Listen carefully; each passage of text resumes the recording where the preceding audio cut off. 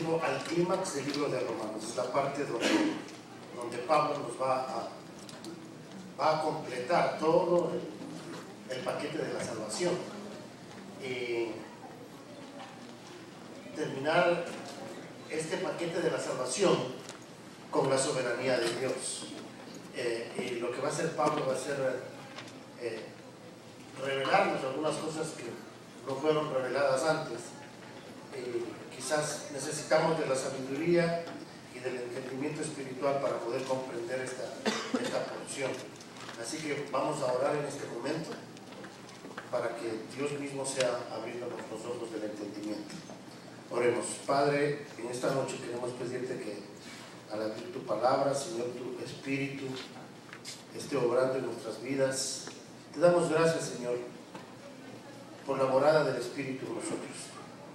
Señor, y tú has prometido que el Espíritu nos enseñe, nos guíe, nos dé el entendimiento para poder entender las profundidades, la anchura y la longitud del amor tuyo, Padre. Y en esta noche te rogamos, Señor, que tú lo hagas en nuestras vidas al leer estos versículos tan importantes, Señor, para nuestras vidas. Y que como resultado, Señor, de esto nuestras vidas sean transformadas y usadas por ti, Padre. Te lo pedimos en el nombre de Jesús. Amén.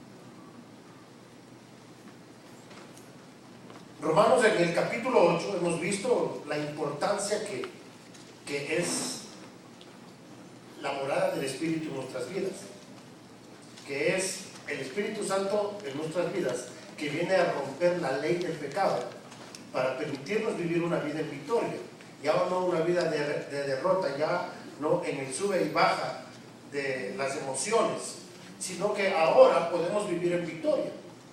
Y es el Espíritu Santo que da testimonio a nuestro espíritu de que somos hijos de Dios. Y dijimos que la persona que tiene el Espíritu Santo es hijo de Dios, y la persona que no tiene el Espíritu Santo no es hijo de Dios. Así que en el libro de Romanos, en el capítulo 8, nos habla de que el Espíritu que levantó a Jesús de los muertos es el que mora en nosotros y vivifica nuestros cuerpos. Dios quiere manifestarse aún en estos vasos de barro, donde ahora pasamos a ser templos del Espíritu Santo, y manifestar su poder a través de nuestras vidas. Y la semana pasada vimos de que la naturaleza gime por la manifestación de los hijos de Dios. Y la palabra manifestación, les decía, es como una envoltura que tiene que ser abierta, rota, para que la gloria de Dios se manifieste. Y eso es lo que está esperando la naturaleza, que un día nosotros participemos de los cuerpos glorificados. Y tanto la creación como nosotros gemimos y anhelamos esperando ese día. Así que nosotros estamos esperando y aguardando con paciencia ese día. Leamos ahora, vamos a empezar desde el versículo 26 al 30. Vamos a dar lectura. Dice: y de igual manera el Espíritu nos ayuda en nuestra debilidad, pues que hemos de pedir como conviene, no lo sabemos, pero el Espíritu mismo intercede por nosotros con gemidos indecibles. Mas el que escudriña los corazones sabe cuál es la intención del Espíritu, porque conforme a la voluntad de Dios intercede por los santos. Y sabemos que a los que aman a Dios, todas las cosas ayudan a bien, esto es, a los que conforme a su propósito son llamados. Porque los que antes conoció, también los predestinó, para que fuesen hechos conforme a la imagen de su Hijo, para que Él sea el primogénito entre muchos hermanos. Y a los que predestinó, a estos también llamó. Y a los que llamó, a estos también justificó. Y a los que justificó, a estos también glorificó. Pablo nos va a hablar aquí del plan soberano de Dios. Dios tiene un plan soberano en el cual Él hace que todas las cosas nos ayuden para bien. lo que nos lleva a confiar en su provisión y amor que nos permite vivir como más que vencedores de Cristo. Es el amor de Dios, es la soberanía de Dios, la provisión de Dios que nos ayuda a vivir en esa confianza que nosotros podemos vivir una vida como más que vencedores. Y en este capítulo vamos a estar aprendiendo, en esta porción de Romanos 8, cómo vivir una vida más que vencedores. Y para vivir esa vida como más que vencedores, tenemos nosotros que entender en primer lugar de que el Espíritu Santo es el que obra y nos ayuda a interceder en nuestras oraciones. Dice el versículo 26, de igual manera el Espíritu nos ayuda en nuestra debilidad. Pues qué hemos de pedir como conviene, no lo sabemos, pero el Espíritu mismo intercede por nosotros con gemidos indecibles. El Espíritu Santo, hermano, nos ayuda en nuestra oración. Y aquí dice el texto que muchas veces nosotros no sabemos ni pedir lo que nos conviene. A veces nosotros oramos y le pedimos a Dios cosas que en realidad no nos convienen. Yo digo, si Dios nos contestara todas las peticiones que nosotros le hacemos, posiblemente ya no estaríamos aquí.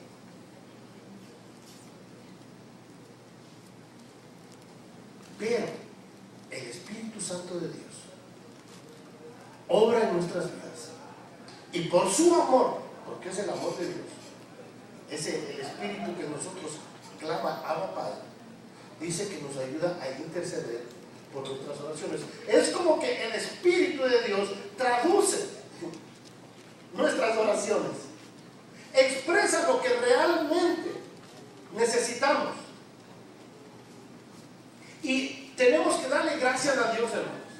Gracias a Dios, porque si no fuera por la intercesión del Espíritu Santo, nosotros estaríamos pidiendo muchas cosas que no nos convienen. Pero una de las obras del Espíritu Santo es ayudarnos en nuestra oración. Por eso el apóstol Pablo, él reconoció y el Señor le dijo a él: bástate mi gracia, porque mi poder se perfecciona ¿en qué dice? En la debilidad. Cuando nosotros reconocemos que no podemos, que necesitamos de la ayuda del Espíritu Santo en la oración, Él mismo intercede por nosotros. Así que si usted se cree una persona que no sabe orar, una persona que no tiene las palabras correctas, hay esperanza. Hay esperanza para usted, hermano, para mí, que podemos nosotros confiar que Él va a interceder por nosotros y podemos descansar en eso. Dice el versículo 27, mas Él que escudriña los corazones sabe cuál es la intención del Espíritu, porque conforme a la voluntad de Dios intercede por nosotros. Miren, hermanos, Dios no solamente escucha las palabras. Dios mira qué cosa dice ahí, las intenciones del corazón. Wow. Así que cuando nosotros estamos orando, Dios no solamente está escuchando mis palabras o lo que yo digo, sino también, ¿qué está haciendo? Mirando y escudriñando las intenciones de mi corazón. ¿Por qué yo estoy pidiendo lo que estoy pidiendo?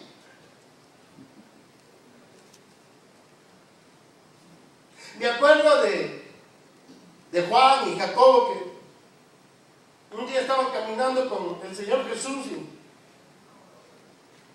le dijeron al Señor Jesús: ¿por qué no pides que descienda fuego del cielo? ¿Verdad? Y que destruya a estos incrédulos, ¿verdad? Por eso les llamaban los hijos del trueno, los Boanerges. ¿Cuántos de ustedes han pedido eso? Señor, ya acaba con este hermano, ya no lo soporto.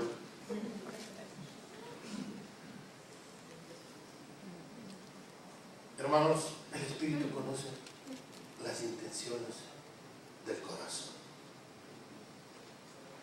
Y esto es importantísimo que nosotros sepamos,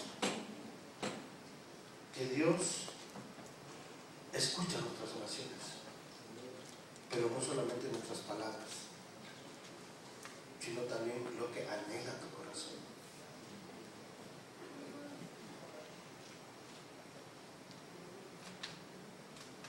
Y muchas veces nosotros tenemos que pasar por pruebas o por problemas, como vamos a ver adelante, para descubrir lo que está en nuestro corazón. Vamos un ratito a Deuteronomio, capítulo 8, para que veamos un ejemplo con el pueblo de Israel. Deuteronomio, el capítulo 8, el versículo 3. Versículo 2. Dice: y te acordarás de todo el camino por donde te ha traído Jehová tu Dios estos 40 años en el desierto, para afligirte, para probarte, para saber lo que había en tu corazón, si habías de guardar o no sus mandamientos. ¿Para qué Dios le trajo a Israel al desierto? Para afligirlo. Y en esa aflicción Israel pueda darse cuenta qué es lo que está realmente en el corazón de ellos. ¿Y qué estaba en el corazón de Israel? Volverse a Egipto. Pecado, lujurias. Y ustedes vean ahí en 1 Corintios 10 todas las cosas que estaban en el corazón de Israel. Y la palabra de Dios nos dice que Israel era un pueblo rebelde y contradictorio.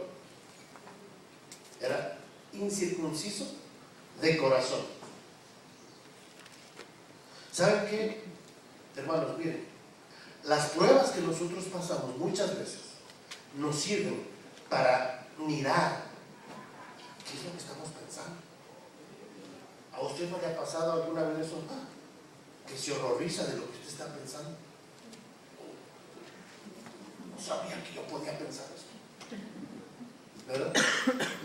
Y Dios saca la luz y nos hace dar cuenta lo necesitados que somos de Dios. Y podemos clamar como el apóstol Pablo: miserable de mí, Señor, ayuda. Y es ahí cuando el Señor nos guía en oración y aprendemos a orar conforme a su voluntad. Dice: porque conforme a la voluntad de Dios intercede por los santos. Entonces Dios intercede y nos ayuda en nuestras oraciones. Versículo 28 dice: y sabemos que a los que aman a Dios, ¿qué dice? Todas las cosas ayudan a bien. Y a muchos de nosotros nos encanta este versículo. Y muchos de nosotros solamente mencionamos la mitad del versículo, porque el versículo no termina ahí, ¿verdad? A los que aman a Dios, todas las cosas ayudan a bien. No, pues a mí me va a ir bien en todo lo que yo haga. Pero no leemos la segunda parte del versículo. ¿Qué dice? Y esto es a los que conforme a su propósito son llamados. Esto es a los que conforme a su propósito son llamados.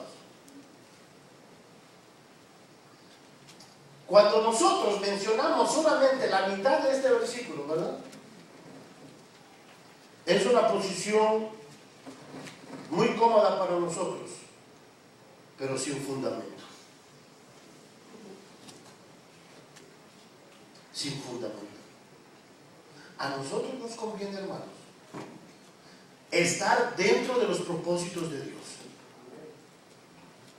Tenemos que interesarnos por la voluntad de Dios, por los propósitos de Dios, por lo que Dios quiere alcanzar a través de mi vida. Dios para cada uno de nosotros, dice la palabra de Dios, Él tiene obras de antemano para que nosotros anduviésemos en ellos. Así que Dios en su plan soberano me predestina, dice, para formarle a la imagen de su Hijo. Miren lo que dice aquí en el versículo 28. ¿Cuál es el propósito de Dios? Versículo 29 dice: porque a los que antes conoció también los predestinó para que fuesen hechos conforme a la imagen de su Hijo, para que Él sea el primogénito entre muchos hermanos. Dios en su plan soberano me predestina para formarme a la imagen de su Hijo Jesucristo y cumplir sus propósitos eternos.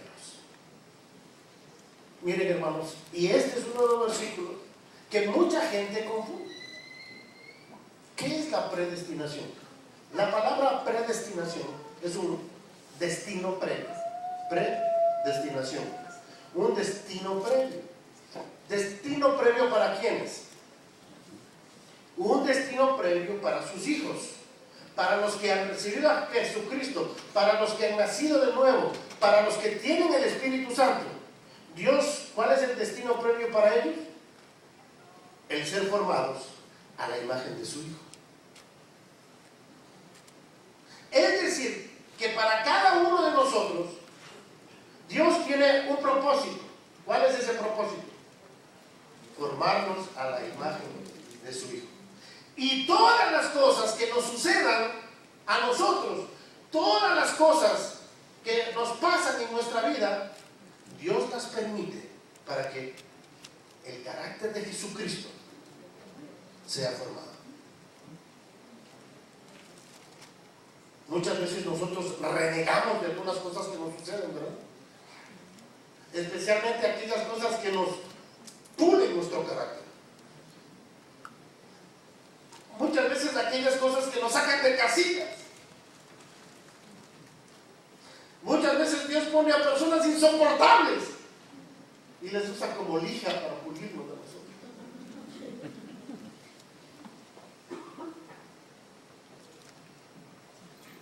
Y yo siempre les digo a los matrimonios, ese no es el propósito de Dios para tu vida, usarte como lija, sino usarte como aceite. Algunos se toman bien en serio esto de la lija, ¿eh? Y tratan de hacer, por todo están peleando, y lija por aquí, sale chispa. Dios no nos ha dado el ministerio de la lija, hermano. Ya basta con las cosas que Dios mismo permite para que nosotros seamos formados a la imagen de su Hijo Jesucristo. ¿Cuántos de ustedes están pasando por pruebas y problemas en este momento? Terribles. ¿Sabe qué? Dios le está formando.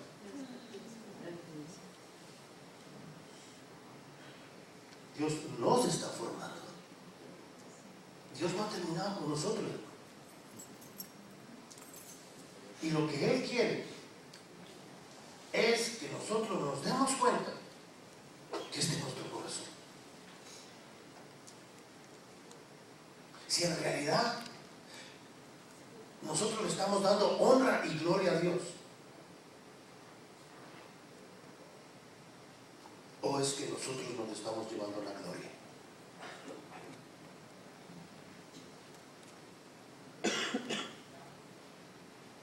Y Pablo aquí nos va a explicar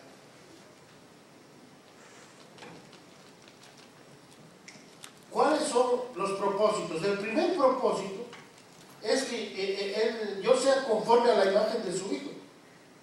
Y nos va a explicar cómo es que Dios es tan soberano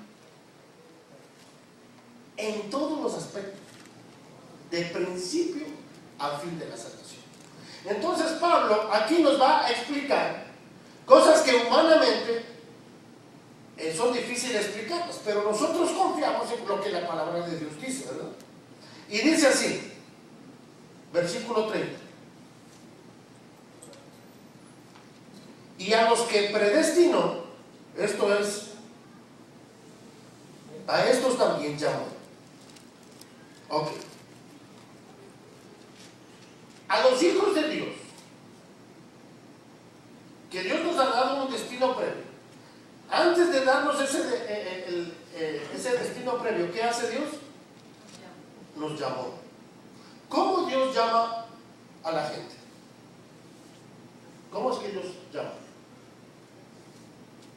Juan, ven acá. Pablo, ven acá. ¿Cómo es que es una voz audible? ¿Cómo Dios llama a la gente? Para que vengan a Él. Por la predicación del Evangelio. Dios nos ha mandado a nosotros a predicar el Evangelio a toda criatura. Cuando nosotros predicamos el Evangelio, Dios está llamando a la gente al arrepentimiento. Dios está llamando a la gente para que se acerquen a Él.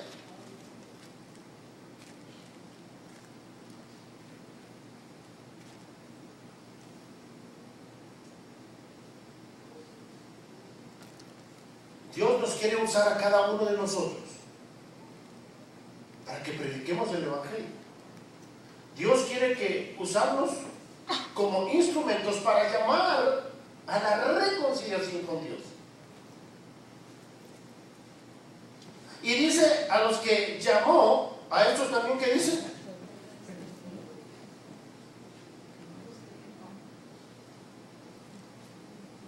También justificó. Y ya estudiamos lo que era la justificación, ¿verdad? ¿Qué era la justificación? ¿Qué quería decir justificado? Declarado sin culpa. Dios hace una declaración legal. Después que Él nos llama por la predicación del Evangelio, nos declara sin culpa a los que confían por la fe en Jesucristo.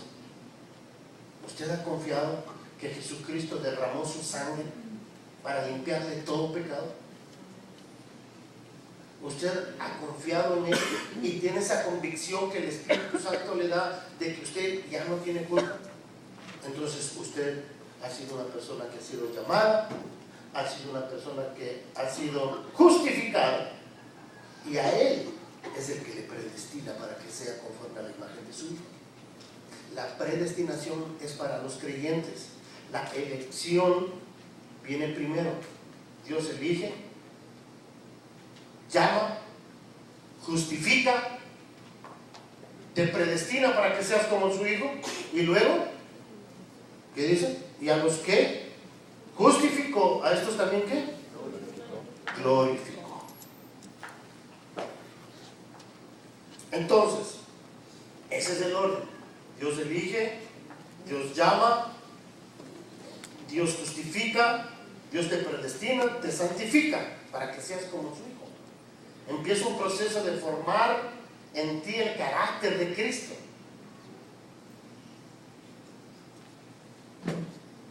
Ustedes han escuchado testimonios, algo así como: oye, yo no sé, antes, cuando yo no era creyente, la pasaba padre, y ahora que ya soy creyente, mira todas las cosas que me pasan. Porque Dios empieza a tratar con nosotros, y muchos quieren sacarle la vuelta, ¿verdad? No quieren ser como ellos, quieren seguir siendo los mismos de antes. Pero Dios quiere formar a su Hijo Jesucristo en nosotros. Y déjenme decirlos, la familia, el matrimonio, es una de las cosas que Dios utiliza para que nosotros vayamos conformándonos a la imagen de su Hijo.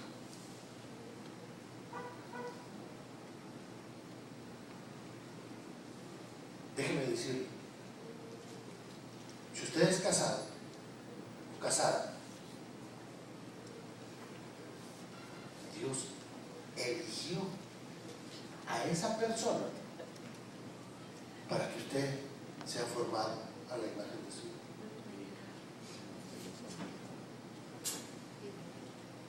¿Cuántos dicen amén?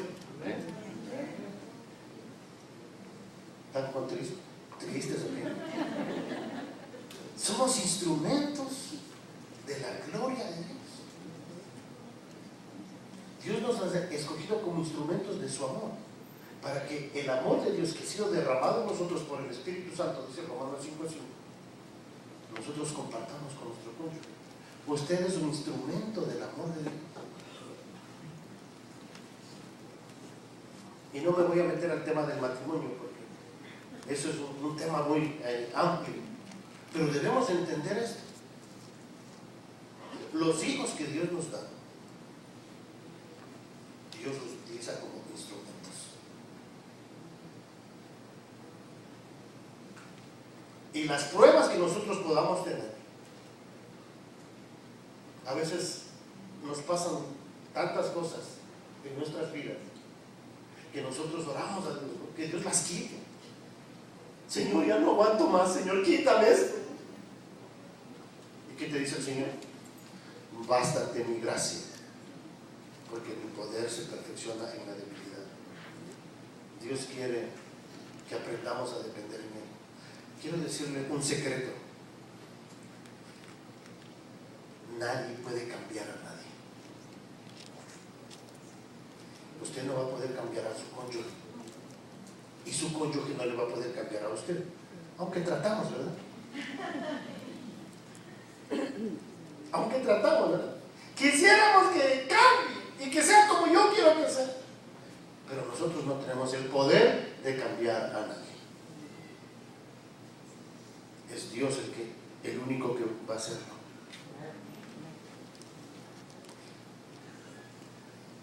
Y a los que justificó, dice el versículo 30, también glorificó.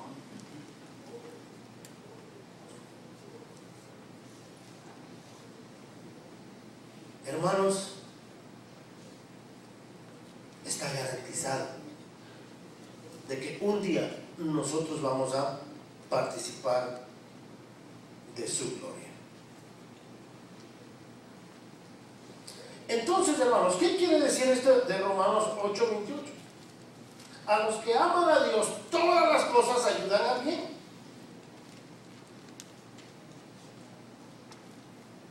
¿Cuál es el bien? Ser como Jesucristo. Algunos dicen, no, pues a mí todo me va bien, hermano, me va bien en el negocio, me va bien todo aquí, todas las cosas me salen bien. No se refiere a las cosas que usted tiene o a los logros que usted alcanza. Eso ya son, como dice Mateo capítulo 6, versículo 33. Busca primeramente el reino de Dios y su justicia. ¿Y qué dice? Y todas las demás cosas serán añadiduras. Todas esas cosas simplemente son añadiduras. Pero el enfoque de Dios en nosotros es formar el carácter de su Hijo Jesucristo. Así que, si nosotros aprendemos, hermanos, ¿qué es lo que entonces, ¿cómo es que yo voy a experimentar el bien en mi vida? Cuando yo me aprendo a alinear de acuerdo a sus propósitos.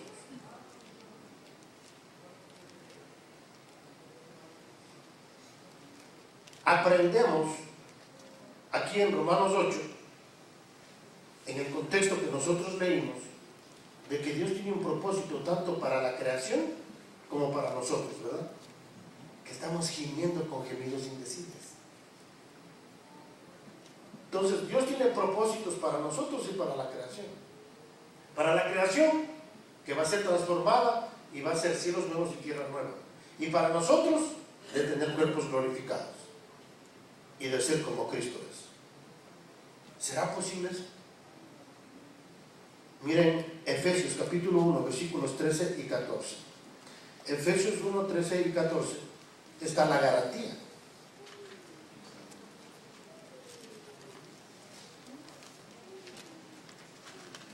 Dice así: en él también vosotros, habiendo oído la palabra de verdad, el evangelio de vuestra salvación, así es como Dios nos llama, y habiendo creído en él, fuisteis sellados con el Espíritu Santo de la promesa, que es las arras de nuestra herencia ¿Hasta cuándo nos sirven las arras? Hasta la redención de la posición adquirida para la alabanza de su gloria. La palabra arras es la garantía. El Espíritu Santo en nosotros es la garantía de que un día nosotros vamos a participar de su herencia, de la redención. Está garantizado, hermano. Está garantizado que todos los que tenemos el Espíritu Santo un día vamos a participar de esa herencia. Así que Dios tiene sus propósitos, hermano. Dios tiene los propósitos eternos, soberanos. Ya sabemos qué va a pasar en el futuro, ¿cierto? Y cuando nosotros estamos conscientes de eso, imagínense que Abraham dice que él salió sin saber a dónde iba y que él buscaba una ciudad. ¿Qué tipo de ciudad buscaba Abraham? Cuyo arquitecto y constructor es Dios. ¿Qué está buscando usted? ¿A qué le tira? Quizás a una casa propia, a un carro del año. ¿Y qué tal si lo alcanza? ¿Se le acabó los sueños? Nosotros tenemos la puesta mira ya a una ciudad cuyo arquitecto y constructor es Dios. Lo mismo dice de Moisés, ¿verdad? Que él rehusó llamarse hijo de la hija de Faraón, escogiendo ser antes, bien, ser maltratado con el pueblo de Dios, que gozar de los deleites temporales del pecado. Estos varones sabían a lo que le tiraban, sabían a dónde apuntaban, sabían cuáles eran los planes soberanos de Dios para la eternidad. Nosotros estamos convencidos como ellos. Nosotros tenemos esos propósitos para alcanzar. ¿Le tiramos a eso? ¿O nos conformamos con las cosas de acá de la tierra? Hermano, los propósitos soberanos de Dios sobrepasan la muerte, hermano. Así que Dios tiene propósitos para nosotros y para creación. Y nosotros, en segundo lugar, tenemos que alinearnos de acuerdo a sus propósitos. Miren, Dios es soberano y tiene una manera de guiar nuestras vidas. A veces pasan cosas en nuestras vidas que no entendemos. Como cuando Dios le pidió a Abraham que sacrifique a su hijo. Y muchas veces nos toca tomar decisiones. Y muchas veces las decisiones que nosotros tomamos son de acuerdo a nuestra sabiduría humana. Y planificamos y hacemos cosas para alcanzar nuestros propósitos.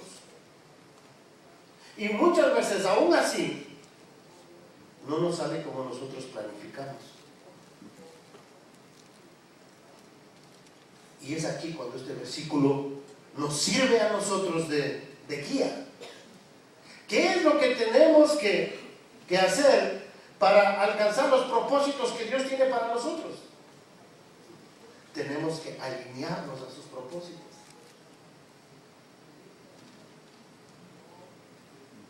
Si yo estoy tomando decisiones, haciendo negocios, simplemente para alcanzar mis propósitos, sin pensar en los propósitos eternos de Dios, yo tengo que considerarlo. Y decir, no creo que es por ahí.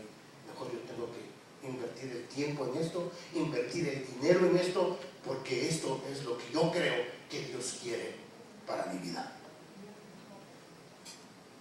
Y cuando nos alineamos a sus propósitos, entonces sí vamos a experimentar la voluntad de Dios, que es buena, agradable y perfecta. Y es aquí donde yo quiero hacer un paréntesis y contar cómo Dios ha estado guiando nuestras vidas.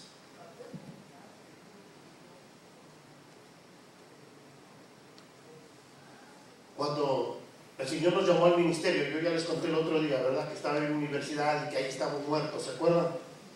Y ahí el muerto, ahí me hizo pensar en ese versículo de Hebreos 9:27, que dice que para el hombre está establecido que una sola vez muera y después de eso el juicio. Y Dios utilizó ese versículo para llamarme al ministerio. Fui al instituto bíblico, terminé 4 años de instituto bíblico en Argentina, regresé al Ecuador, ¿verdad?, para trabajar en un ministerio juvenil. Así que terminé trabajando como 4 años más, 8 años en ministerios juveniles, hasta que me casé y fui a la selva del Ecuador para pastorear ahí una iglesia y ayudar a unas 7 iglesias que estaban en esa región. Y después de eso decidimos seguir los estudios, así que fui a terminar la universidad en Canadá y ahí saqué una maestría de Biblia y regresé al Ecuador después de 4 años otra vez para enseñar en un seminario en el Ecuador. Y después de estar enseñando 4 años en el Ecuador, Dios nos llamó al ministerio de entrenar a pastores. Ya hemos estado 16 años entrenando a pastores. Y Dios ha puesto ahora en nuestros corazones un deseo de volver a trabajar en lo que empezamos a trabajar, haciendo discípulos. Porque Dios ha puesto en nuestros corazones una convicción de 2 de Timoteo 2:2, que le dice, y esto encarga a hombres fieles que sean idóneos para que estos enseñen a otros. Y eso es lo que estamos haciendo y lo que queremos hacer.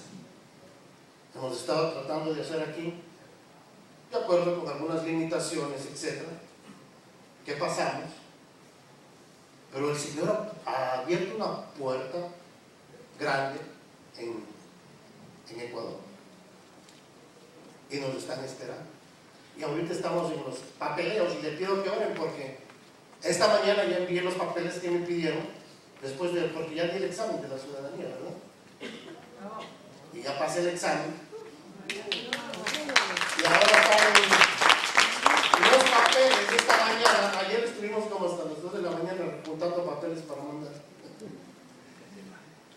y pues todo está en regla.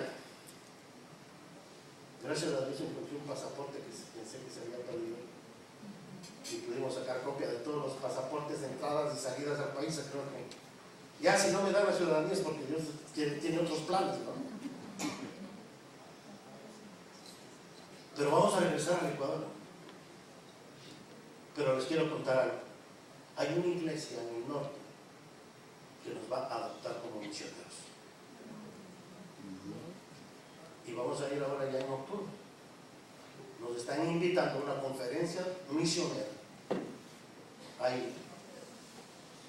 Y nos van a adoptar como sus miembros y nos van a enviar a la obra misionera. Así que, hermanos, a manera como quien ya me voy despidiendo. Voy a terminar, Romanos. Voy a hacer milagros la próxima vez. Les cuento esto porque yo creo que los propósitos de Dios están escritos aquí en la Biblia. Dice la Biblia, esto encarga a hombres fieles que sean idóneos para enseñar también a otros. Y ese es el propósito de Dios para la iglesia. Y de hacer discípulos a todas las naciones. Y eso es lo que queremos hacer nosotros. Los propósitos de Dios, Dios nos ha revelado en las Escrituras. Así que no es nada, aquí no hay del horóscopo, el tarot ni nada de eso, ¿verdad? ¿Qué rayos? No, aquí está escrito. Y si hacemos y vivimos de acuerdo a sus propósitos, Él nos va encaminando, hermanos. Así que ahora vamos a estar yendo con una misión que se llama LAM, Latin American Mission, para trabajar con una organización en el Ecuador que se llama AME, la Asociación Misionera Evangélica Ecuatoriana. Ya nos han pedido para abrir 3 centros de discipulado,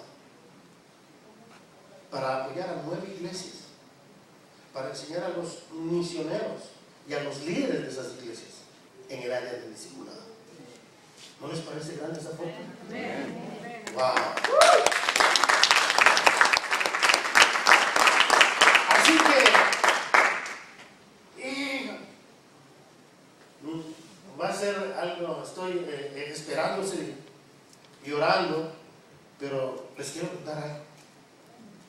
Estoy trabajando a través del internet y hay una iglesia de 3,000 miembros en el Ecuador con los que ya estoy trabajando, formando un grupo de discípulos por internet.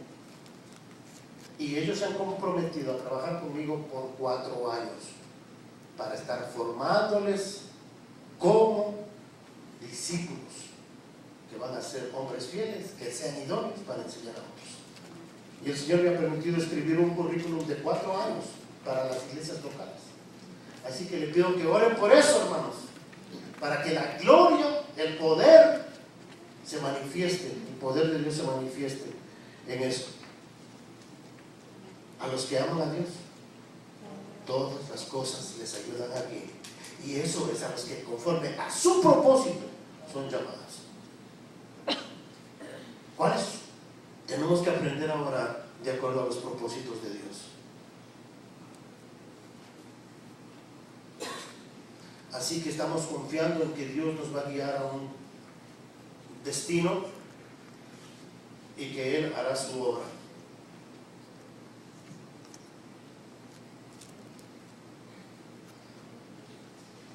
Versículos 31 al 39. Dice: ¿qué pues diremos a esto?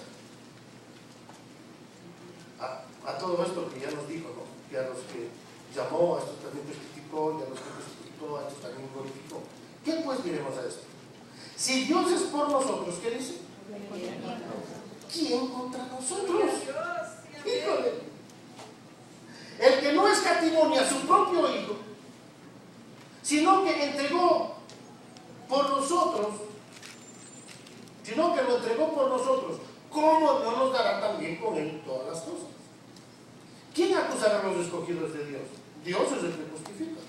¿Quién es el que condenará? Cristo es el que murió, más aún el que también resucitó, y el que además está a la diestra de Dios, el que también intercede por nosotros. ¿Quién nos separará del amor de Cristo?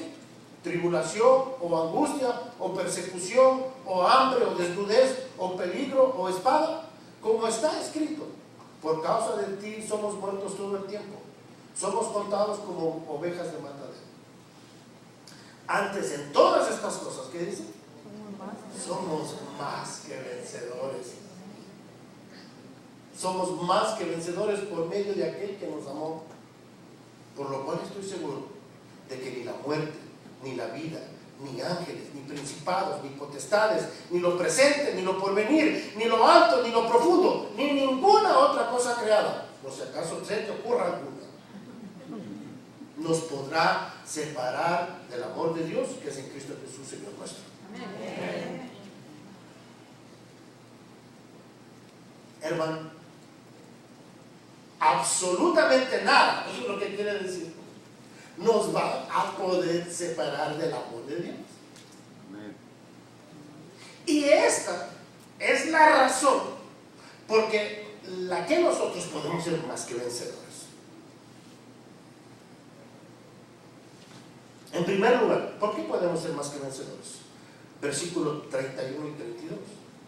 ¿Qué pues diremos a esto? Si Dios es por nosotros, ¿quién contra nosotros? En primer lugar, Dios lucha por nosotros. Dios está a favor nuestro. ¿Usted piensa que Dios está a favor suyo o en contra suyo? A favor. Dios está a favor nuestro, hermano, hermana. No está en contra. Él quiere lo mejor para nosotros. Si Dios es por nosotros, ¿quién contra nosotros? ¿Quién puede estar contra nosotros? Nadie. Esa es una pregunta retórica, ¿verdad? No necesita respuesta, es obvio. Nadie. Si el Dios que creó el universo está a favor nuestro, ¿quién se puede oponer? Nadie. Nadie. Y a veces nosotros estamos temblando, ¿eh? Nadie. Ni migración, ¿no? Porque con ciudadanía son ciudadanía me voy.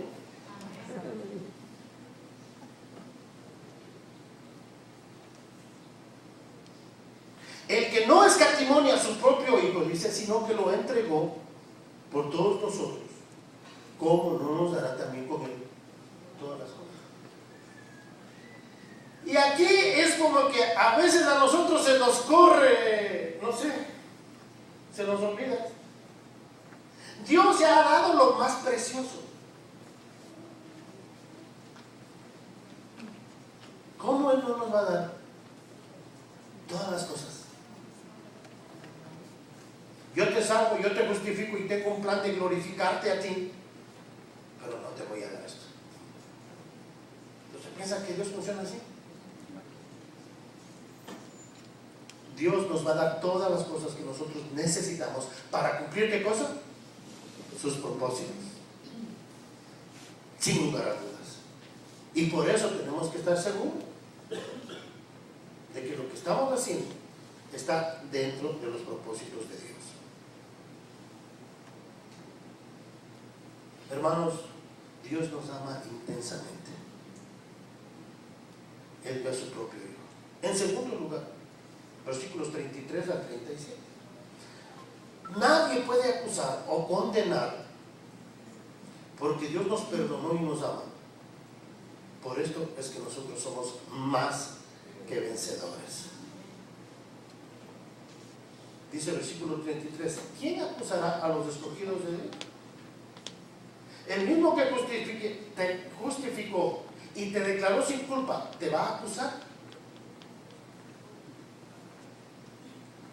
Dios no nos va a acusar, porque Él nos ha perdonado todos nuestros pecados.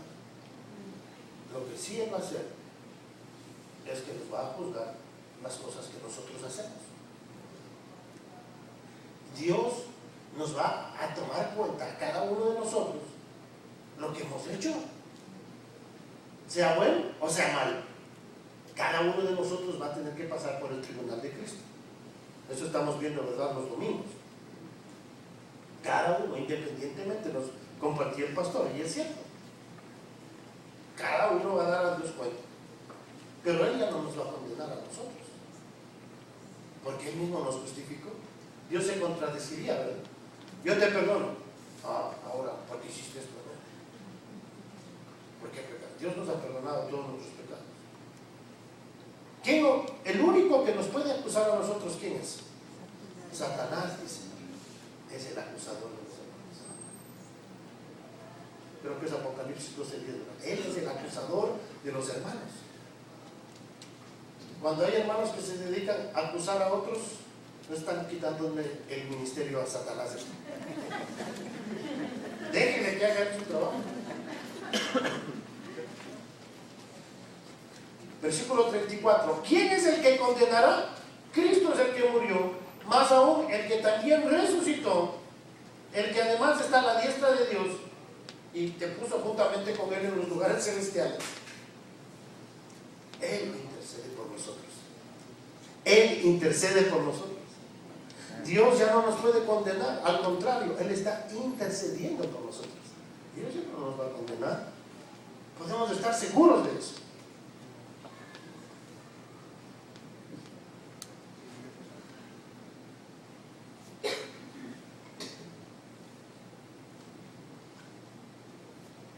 Versículo 35. ¿Quién nos separará del amor de Cristo? ¿Tribulación, o angustia, o persecución, o hambre, o desnudez, o peligro, o espada? Como está escrito, por causa de ti somos muertos todo el tiempo, somos contados como ovejas de matadero. Y ante todas estas cosas que dice, somos más que vencedores por medio de aquel que nos amó. Debemos nosotros pensar, ¿se acuerdan del video que vimos la primera vez cuando empezamos Romanos? De Domiciano, del César, que se creía en Dios y que mataba a los cristianos, y que los cristianos morían en